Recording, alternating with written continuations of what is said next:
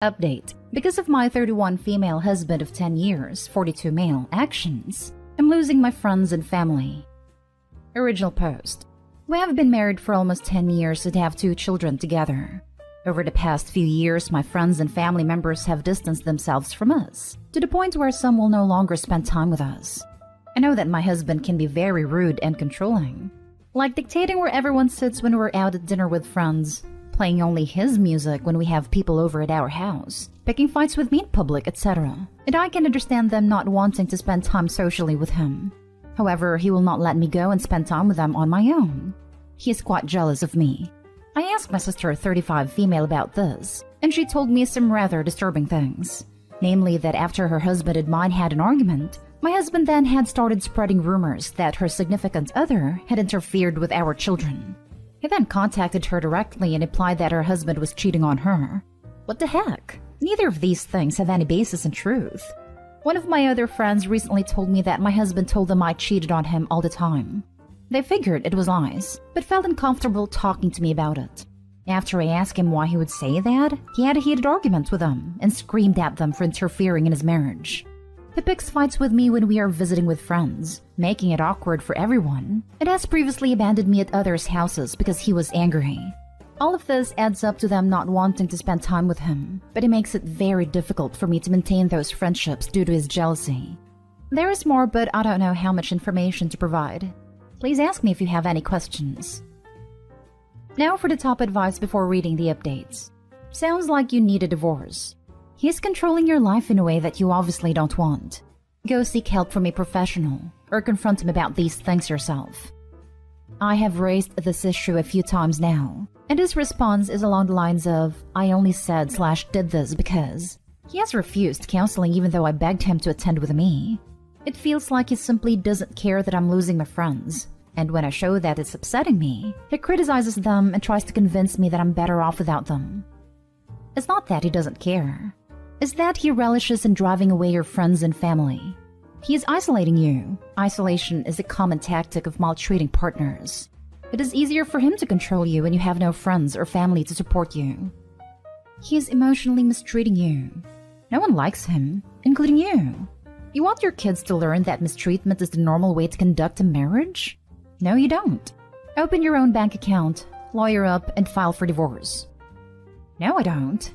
He is obviously not like this 100% of the time, but what he does leaves a foul taste in my mouth, and I don't respect him. If my daughter were in a relationship with a partner that acted like this, I would do everything in my power to help her leave. Eventually, the effort to maintain these community ties will become too exhausting, and you let them go. When that happens, he'll be your only source of support and love. You won't feel that you have any choice but to be obedient and please him, because without him your world will crumble. If that's not the kind of future you want, get out now. It's already starting to feel that way. First update. I just spoke with my sister and apologized for what my husband had said. As difficult as it was to get out, I told her that I was really unhappy and I didn't know if I should stay with him. She told me that while she was not comfortable spending any time around him, she would always be there for me no matter what I decided, and that I am welcome in her house at any time. She also said that if I do decide to leave, she would love to have a stay with her while sort things out.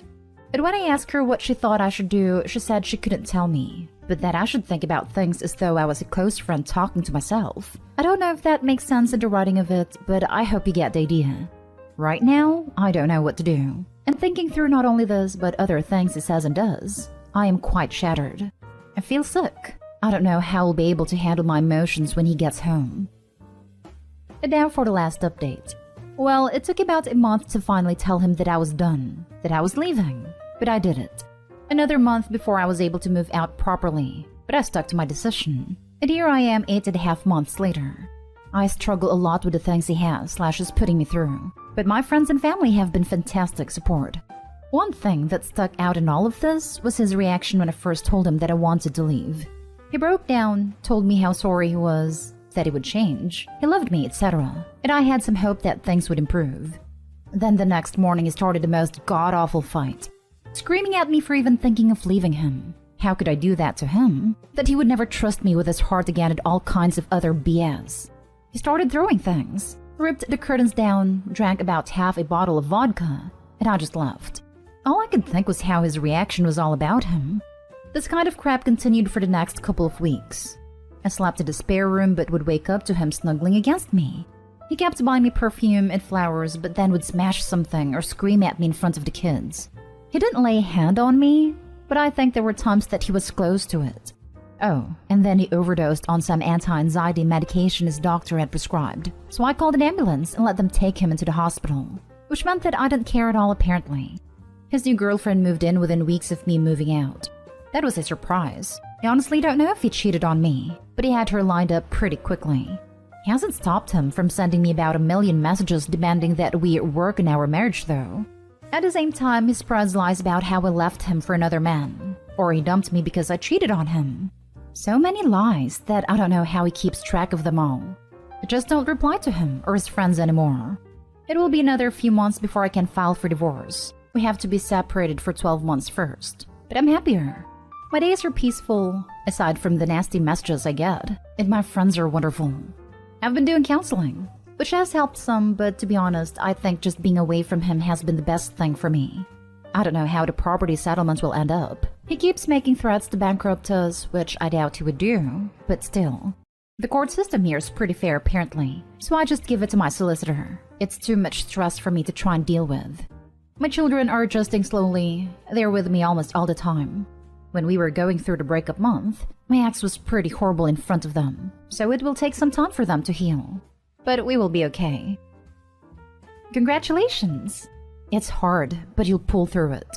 Good job. I wish you the best for you and your children. Thank you. It has been hard, but I know I've done the right thing. If you need someone to talk to, I'm here. It's been 2 years since I got out of my awful relationship, so I understand how rough it is transitioning from the mistreatment to a normal life, and still have problems with it today. I always have an ear ready to listen if you need one. Thank you so much. I will keep that in mind. My friends have been borne the brunt of my talking/crying, but they've been amazing. I'm glad that you were able to leave your situation back then. Wow, what an eventful update, and thank God you made the right decision. I love how he instantly moves in a new woman while shouting and storming at you to come back to him. I think he needs to learn to bait his hook better. Yes, that was mind-boggling to say the least. In a selfish way, I'm glad his attention isn't fully on me though. Next story. I left my husband, 35 male, a couple of weeks ago to get some space, and it confirmed for me that I, 27 female, don't want to reconcile. I don't know how to respond to his pleas for me to come back. We've been together 8 years, married for 4. It's been a roller coaster since we got married. Here's the short of it. He disclosed credit card debt when we got married. I helped pay it off. We talked about money and other big values, and we seemed to be on the same page or willing to compromise. So I went into the marriage happy. We bought a house soon after and I got pregnant. In the next 3 years, he brought another gun into the house. After agreeing to only having one for home defenses, I did not want any. He didn't help at all when our son was born. In fact, he made things more difficult by not cleaning up after himself. Then I found that he had credit cards I didn't know about and had gotten $25,000 in debt. Then he got a concealed carry permit, after agreeing not to get one before we got married. Then I found him on a dating site which he had paid a $30 premium membership for. Then I found out that he hadn't actually been paying down his debt like I thought. It was down to $15,000, but then it went back up to $22,000. He started getting mean in the last year, making comments and calling me names when we argued. He bought a new dream car which increased his monthly payment and caused him to have to work more overtime. Then he threatened to lay his hands on me a couple months ago. That's when I started planning to leave. It's been a few weeks and I'm so much happier. My son is adjusting well, and had been spending a couple days a week with his dad, with me dropping by to put him to bed to make the transition a little easier. He's been this black cloud over my life, causing huge amounts of stress and constant anxiety. I feel so much calmer and happier without him.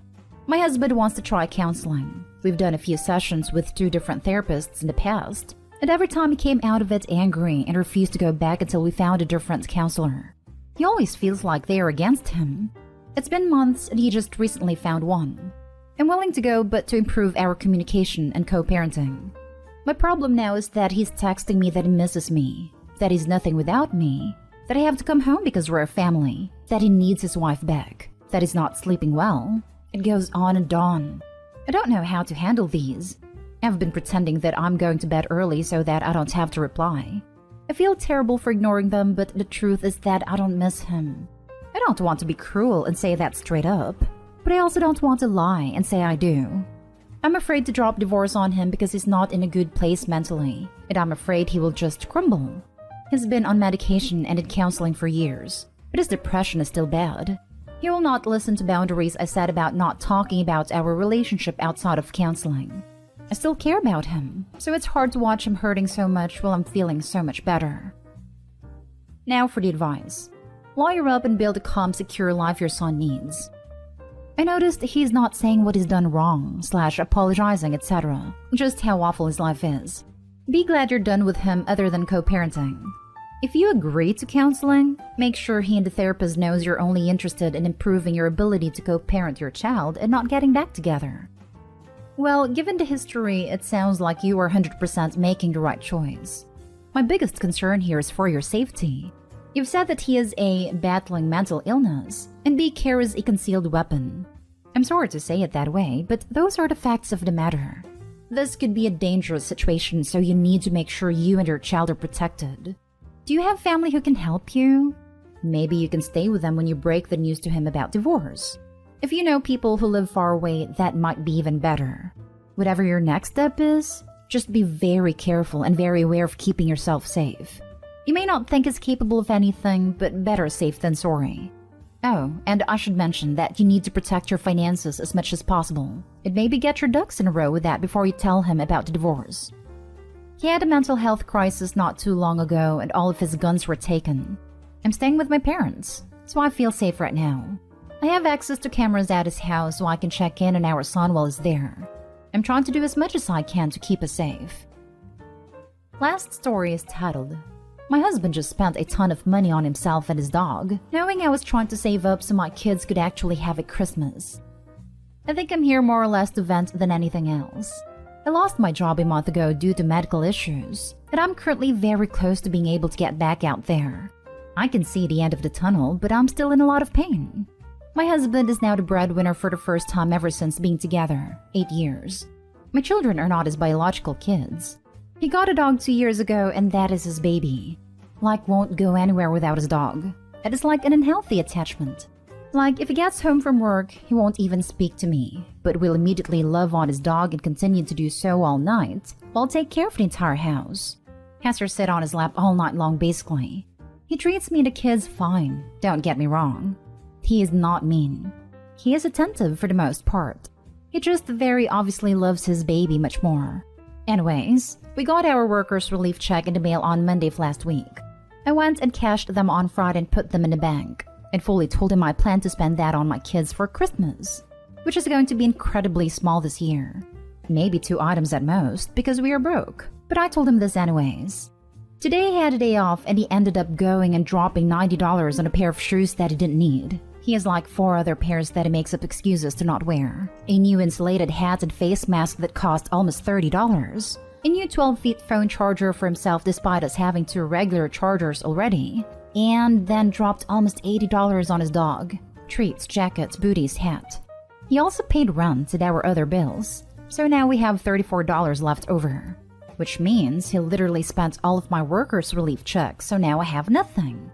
I confronted him on it and he said not to worry about it because he will have 4 paychecks between now and Christmas, and the kids will still have crap for Christmas. But the thing is, we have almost $400 coming out for his back debt payments. My kids are going to have an awful Christmas even more than they were already looking at, because he spent all this money on unnecessary things that he and his dog definitely didn't even need. I'm so upset. I know I will figure it out, no question, whether I need to go through a Toys for Tots program or not, but I can't tell if I'm allowing this to build resentment. Because admittedly, Christmas is my favorite holiday, and I like spending at least $150 on each of my kids. But this year, I will be lucky to spend maybe $50 each.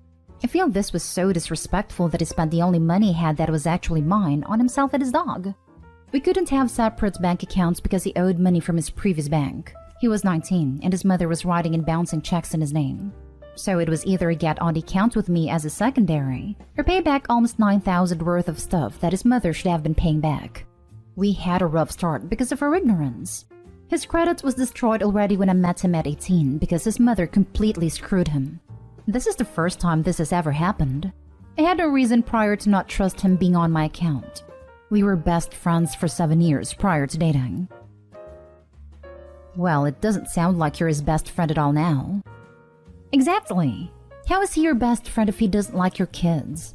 Because my BFF has a kid, and I buy her unprompted several Christmas and birthday presents every year, and sometimes just because. I'll praise her art or chat with her when I'm on the phone with my friend. Yes, your friends don't have to love your kids, but if you're going to give them a parent's role in your kid's life, then yeah, they absolutely do need to love and prioritize them. What the heck are you teaching your kids to accept from relationships and the adults in their lives? The fact that he can't get another bank account in no way, shape or form, means you can't have another one. You need your own savings account for Christmas at the absolute least. Bigger than that though, the situation is concerning. Being married to someone who hasn't actually accepted your kids as their own is problematic. If you can tell he cares about the dog more than he cares about them, so can they. That's a really crappy position to put your kids in. The selfishness is an issue, as is you explicitly telling him how you wanted to spend the money, and him responding by just spending it on something else instead of discussing it if he had an issue. A stepdad loved the dog more than me and his bio daughter. I knew